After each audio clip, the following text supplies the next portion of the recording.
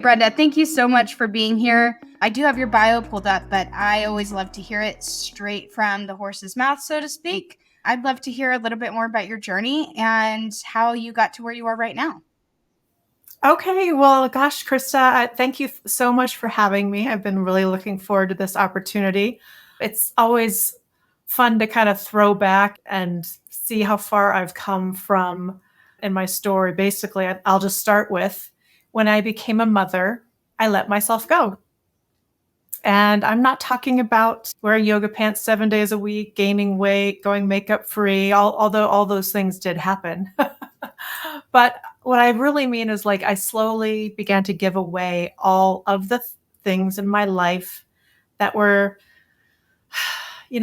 special to me outside of my family. Instead of doing my own activities, I was, of course, figuring out things to do for my kids, and my own interests went wayside so that I could make sure my kids got to see and do everything and be everywhere.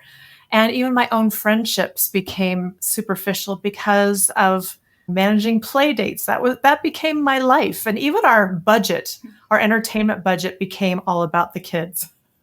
So towards the end of my journey, when my kids were in high school, I just had this kind of panic moment when they were in early high school. And I said, oh my gosh, they're starting to talk about college or what's next for them. Who am I now without my role as mom? And where did I go? Because I used to have a super potent social life and lots of activities and busy all the time and just so much going on, but it was all gone and I didn't really know where it went. And it really took me a few years of this, what I call my midlife funk, just kind of meandering about, not excited about getting up in the morning, even though I had a full list of things to do for other people on my calendar. Yeah. Nothing there for me. I just didn't want to do any of it anymore. And I prayed to the universe, God, whoever would listen. And I finally just started really doing some research. What's wrong with me? And that's kind of where my story begins as far as what I do today. I discovered that really I had become lonely, and which was crazy to me because I have thousands of friends on Facebook and lots of people on social media, and my schedule's so busy and I'm surrounded by people 24/7. How could I possibly be lonely? Well, the truth was that nobody really knew me anymore outside of the frame of my house. Mm-hmm. And I didn't know where I fit in, who my people were, where I belonged. And it was just this huge emptiness that I figured out and decided I got to do something about this. So my story is that I kind of grew out of this through education and through experience and through reaching out and getting out of my comfort zone and making connections and reestablishing some connections that I had let go of, and to a point where I did some pretty wild and crazy things and even wrote a book. And now what my work is all based around connecting people, helping women, especially in midlife, reconnect to their passions, purpose, and people. I love that. And it's such a powerful story. And so myself, I don't have kids yet, but it's like a looming, right? It's that thing that I'm working towards. But I think of it even beyond that is that I think it's easy for women to fall into this almost like tunnel vision, whether you have kids or not. And sometimes all of a sudden you're moving, you're trucking along, you're working towards that next promotion or, that next level of life. And all of a sudden you pick your head up and you're like, where am I? Who am I? And it doesn't have to be just children. I mean, the work that I do is women, we kind of go all in to whatever we're doing, to the exclusion of our own stuff, to the exclusion of ourselves and our own self-care. Mm-hmm. It can be your career. It can be anything that you delve into. And if you don't come up for air and take care of yourself, though, that's when you lose yourself. Yeah. And what I was just going to kind of taxi on to that was, and I kind of want to explore this idea a little bit deeper of what was it like for you the moment that you realized that you picked your head up and you had that kind of like you described that panic of who am I? What was your first step to, I don't want to say fixing it, because obviously it could be a year, I mean, years of working on yourself from that. But what was the first step that you took for yourself after you came up for air and realized that's what had happened?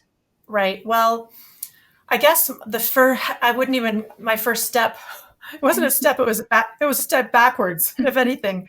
I felt guilty. Mm. I felt guilty for feeling this way because I feel like I'm pretty blessed. If you're looking out from the outside in, looks like I've got it all. Mhm. I've got, happy, healthy kids, a great house, a great husband, snuggle pups, you name it, going on vacations, doing this. Why am I moping around, right? I've got nothing to complain about. So I felt guilty. So the mom guilt or whatever guilt, woman guilt never ends. But when I got to the point, what another first thing I did was I backpedaled even more. I became a momager and started hanging on to every moment that was available to me for the next couple of years and tried to, make the biggest, best, birthday parties, the biggest, best holidays. So, oh my gosh, they're going to want to come home again after they leave. They're not going to leave me forever. It was just this spiral of panic.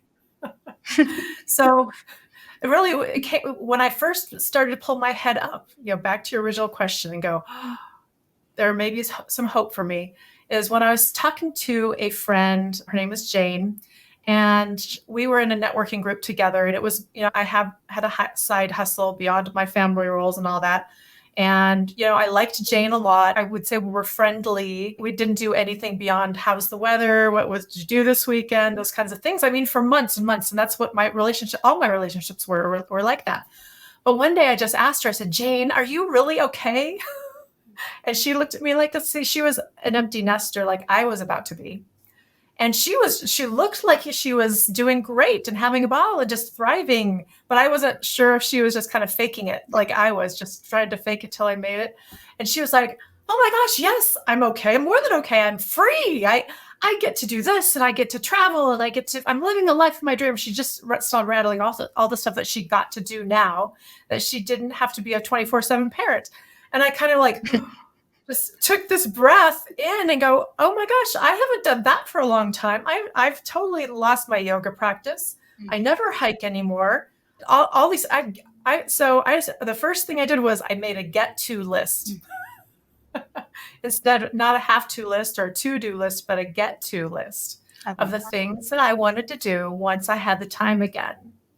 So, and that was really a freeing moment. And that was when I was like, oh my gosh, I got to find me again. And though it's in all those things and all those people that I had let go of. I love that. And how long was that process from where you made that get to list to where you finally was able to where you felt like you were in your own skin again, or maybe you grew a new skin?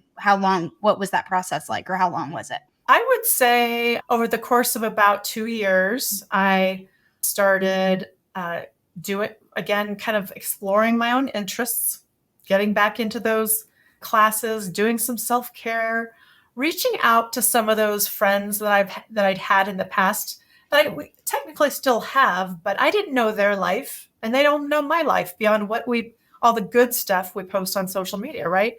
So I reached out to a few of them to say, hey, you know what? I miss you. I need to see you face to face. Let's get together. Yeah. And, of course, I was worried that I'd be like, oh, that's weird, asking someone from social media to get together, even if you've known them before, because we don't do that anymore. But I was surprised because most of the time the reaction was, oh my gosh, I miss you too. Let's do it. And it was just a matter of really over time kind of dipping our toes in that vulnerability pool with each other again, as far as just sharing a little bit more about what was on our heart, maybe our concerns, fears, maybe even failures, so that these women that I consider my tribe now, they know me and my life. And I created this really launching pad to be able to do some things that I would have never considered before, because now I know if I just all out fail and mess it all up, they still love me no matter what. So yeah, about 2 years of just that self-exploration and taking that time, intentional movement and action towards building relationships. So I have a couple questions, but before that, I really would love to know, and I don't want to forget to ask this, but if there is a woman out there that is on the cusp of,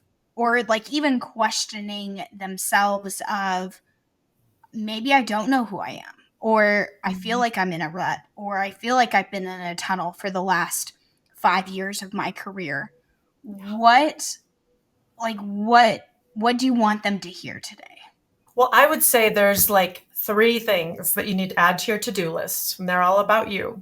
The first thing you want to do is explore some of your own interests again. What are the things that you used to do that you don't do anymore? That you used to do before you had kids, before you had a career, before you had a husband and all the bills and all the responsibility. What are those things that used to light you up that you just don't do anymore? Or maybe it's something that you always wanted to do, but you just never got around to it. Find one or two of those things and just step into it a little further than you have ever before. Get back into it. Another thing is to this is kind of a big one too, is to figure out your why. That's a really big question. Why do you do what you do?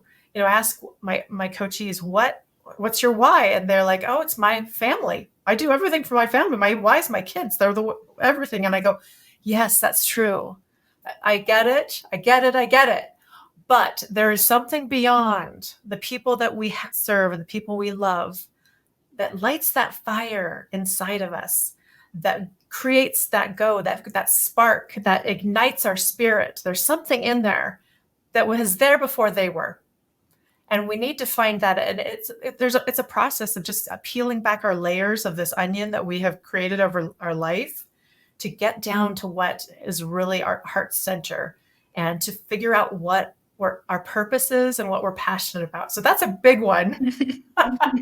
And the most important thing, I think, is to get back out there and find your tribe, And when I say tribe, I don't mean this clique of women who go clubbing or anything like that. Your tribe may not even know each other. They are your 2 to 5 besties, the people in your life beyond, outside of your spouse. And your spouse can be a bestie. I'm not discrediting. They're very important and that's lovely.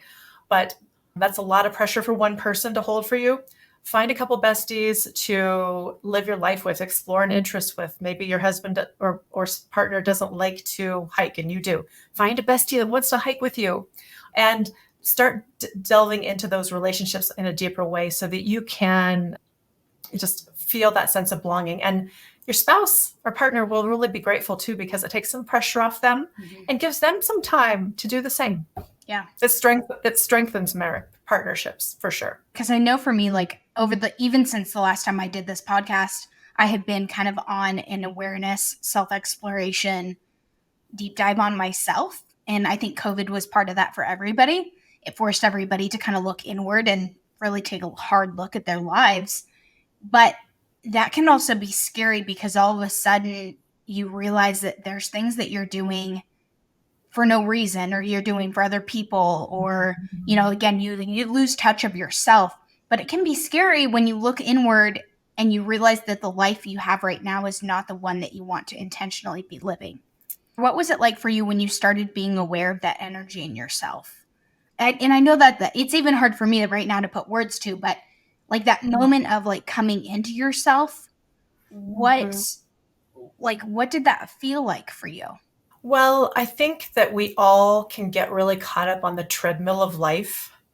And if you are not pointed in the right exact direction, or if you don't know what it is, your end result is, then we just go, right? And yeah, you can end up in a place that you don't even recognize how you got there.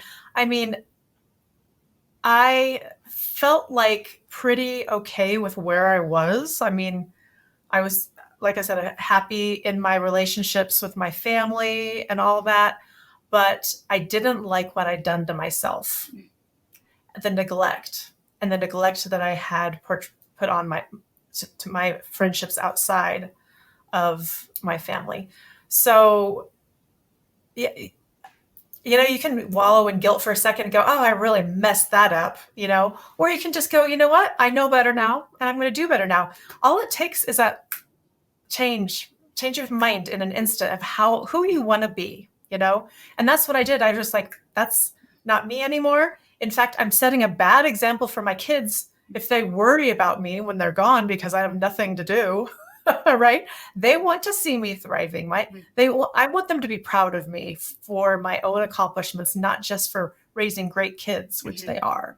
But yeah, just I'd say letting yourself off the hook, not going through a guilt trip, and just changing your mind, decide who you want to be or figure out who you want to be and then take steps in that direction. And it's not like a leap, it's baby steps, one step after the next in that direction. And that is great.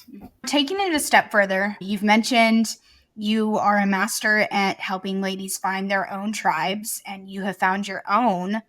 What has your journey looked like as you morphed into a business? Like, how did you take that idea of taking yourself and finding a tribe to now helping other women go big and find their own tribes?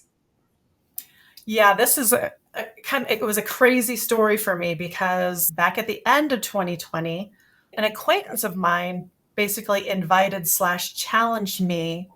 And this was like, I would say mid to tail end of my aha, I'm like working on myself already. I'm working in the direction of making these connections again and all that. And the challenge was, or invitation, you should totally run for Mrs. Colorado. Mm. And I was like, what are you talking about? And it was a heck no, not using those words exactly. Mm-hmm. And I'm like, I'm not a pageant girl. That's not me. No way. But she had done it before. And she went on to say that she'd met these amazing, powerful women who were making things happen in their community and they were representing the communities they loved. And they were just, such a wonderful, empowering group of women.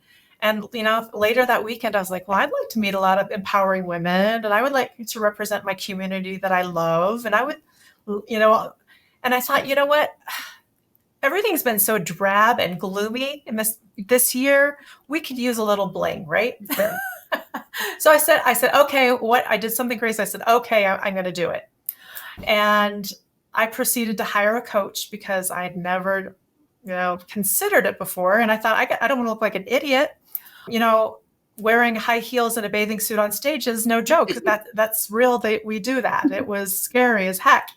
But my coach challenged me. There's 3 parts to the whole process. It's the on stage in heels and a bathing suit. There's an evening gown, and then there's an interview. And then they're going to want to know, what do you have to leave? What's a legacy you'd like to leave? What would you like to bring to Mrs. Colorado? And I just thought, gosh, my story. And it sparked this desire in me to write a book about my experience and help other women get through this midlife funk much faster and quicker and become the powerful women that they are. And so I wrote a book in 10 weeks and had it published, and it's called Lady in the Tribe: How to Create Empowering Friendship Circles. And through that process and talking with women, I discovered, gosh, I can really help women. And I proceeded to get my certificate in coaching. I already have degrees in training and development, all that great stuff, but more specific coaching for midlife women. And I just love supporting women now and helping them make transition anything. It doesn't have to be energy nest. It could be, kids moving out or parents moving in. Lots of things happen to us in midlife, all kinds of hormonal changes. And, maybe we become single again for the first time at midlife. Maybe we get married, all these things, and how to traverse it and just step into our divine feminine spirit, right? And be able to tackle everything with power and grace and save the world, right? If we can. So one of the things that caught my attention in your bio was that you do retreats. So that community aspect of that, how did that kind of morph and change in your business as well? I have a few retreats every year. It's called the Whole You Retreat. And really, I would say they birthed from what I'd created for my own tribe. And many, many years ago, I used to host women's retreats for my girlfriends until kids happened. And then really, that was over. And it wasn't until just, several years ago that I amped that up again. And it was an annual retreat where we come together and we pamper each other and we love on each other and we do some, bonding. And I always come back from those. And of course, you post your pictures and it was like, oh, I wish I could do something like that. How do I do something like that? And I was like, I'm going to do this on a grander scale. Mm-hmm. So we created the whole U Retreat. It started in Breckenridge, Colorado. We have this mansion. Basically, it's a villa that has 32 beds and Roman spa. And I mean, just it's an enormous place that we get to just take over. And I host 15 to 20 guests. And I bring in thought leaders, midlife thought leaders, to come do little workshops on different areas of our life. So these women come from all over the world to the whole U Retreat, not really knowing what they're getting. Of course, they're getting yoga, they're getting massages, they're getting all those things you normally think from a retreat, but they're also leaving, knowing themselves in a more definitive way, gaining clarity, getting excited about their life again, discovering the true essence of themselves and being able to go out and just make things happen. And we've gotten all 5-star reviews so far, and we're going into our 5th retreat in Breckenridge here in May. And then we just are starting one in Costa Rica in August. One thing that I love about this conversation, but another reason why I restarted and relaunched this podcast, was I believe that regardless of your background, your just where you come from, your stage of life, I think that there's a common thread that ties us all together. Oh. And I really believe, because in my other profession, I work with women farmers and ranchers, and they could not be more different than some of the women that I interview on this podcast. But in your mind, in your eyes, what is one of those common threads that you see in every woman? What does that power look like that we have that can be tied to every single one of us, in your opinion? Well, I'm going to kind of quote the Dalai Lama. He says that we as people, not just as women, but as people, all just want to seek happiness and avoid suffering. And we all can relate to that. I mean, we all are connected in that way as just human beings.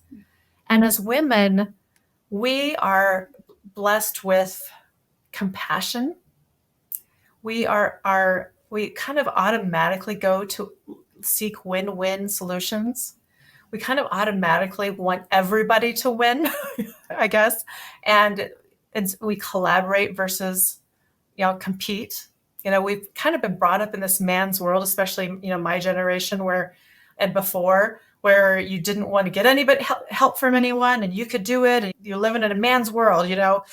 We're learning that that's just not the greatest place to live. We should be the ones leading the world. Yeah. And the Dalai Lama agrees. So I'd say it's our compassion and our collaboration is what is our biggest strength. And then just kind of a fun question to kind of wrap us up. But if you could go back and tell your 20-year-old self something, a piece of advice, what would you tell her? I would tell her, Brenda, don't worry so much about what people are thinking about you. They're probably not thinking that much about you. They're thinking about themselves, and that's just human nature. But I remember for a very long time, as a child, even worrying about what everybody else thought about what I was doing, saying, feeling very self-conscious. And when I read that in Don Miguel Ruiz, I think his book, The 4 Agreements, don't worry about what everybody thinks, because they aren't really thinking about you. And it's not personal. They don't think about you. They just really aren't thinking about you. It's not personal. So don't take anything personally. So that's what I would share. I love that so much. I feel like we covered so much and we went pretty deep. But is there anything else that you really feel in your heart that you want to mention or talk about before we wrap this episode up? Yeah, I would just tell all of the listeners that we need you. We need you to be the best version of yourself that you can be. And to do that, you need to take care of yourself, and you need to figure out, you need to create, design your life the way you want it, and find the relationships that will support you in that mission for yourself, because we need you, the world needs you, and you are here for a very special reason that nobody else can do. So let's together work together and find out what that is, and lift each other up to get it done. Yes. It's so funny you mentioned that. I'm reaching for the book that I'm reading right now. Oh my goodness. I'm being really loud about it, but so this is the book that I'm reading right now. It's called Courage is Calling by Ryan Holiday. And the biggest theme in the book is essentially, if not you, then who? And what you just said just kind of sparked, what I read today, in that, like, we need people who are brave. Like, we need women who are brave and courageous and believe that their story can change somebody else's. And I think really at the core, that's what I hope this podcast will do, is help women realize that there's power in their stories. There's power in them existing, and to not be afraid of that and not shy away from that. And I think that your story really just, like, it really set the foundation for that, because that's exactly what you did. So I love that little wrap up. Thank you so much for coming on, sharing your story, your journey, where you are now, and how you help women go big. If women want to connect with you, where can they find you online? Absolutely. Find me at brendaridgley.com, or on Facebook, Living Whole You with Brenda Ridgley. Also, if I do have a free gift I would mind offering your listeners, if you don't mind. No, absolutely. I'd love to share a downloadable copy of my book, a complete copy of Lady in the Tribe, How to Create Empowering Friendship Circles. Just go to my website, brendaridgley.com/free book. Perfect. And it's all yours. You can find those links in the show notes. And Brenda, thank you so much. I'm thrilled that this is going to be one of the first episodes in our relaunch. So if you're listening to this now, then I hope you enjoyed. And Brenda, I hope you have a great rest of your day. Krysta, thank you so much for having me. Yes. When 3 or more gather, we are a tribe. Yes, I love that. I love that.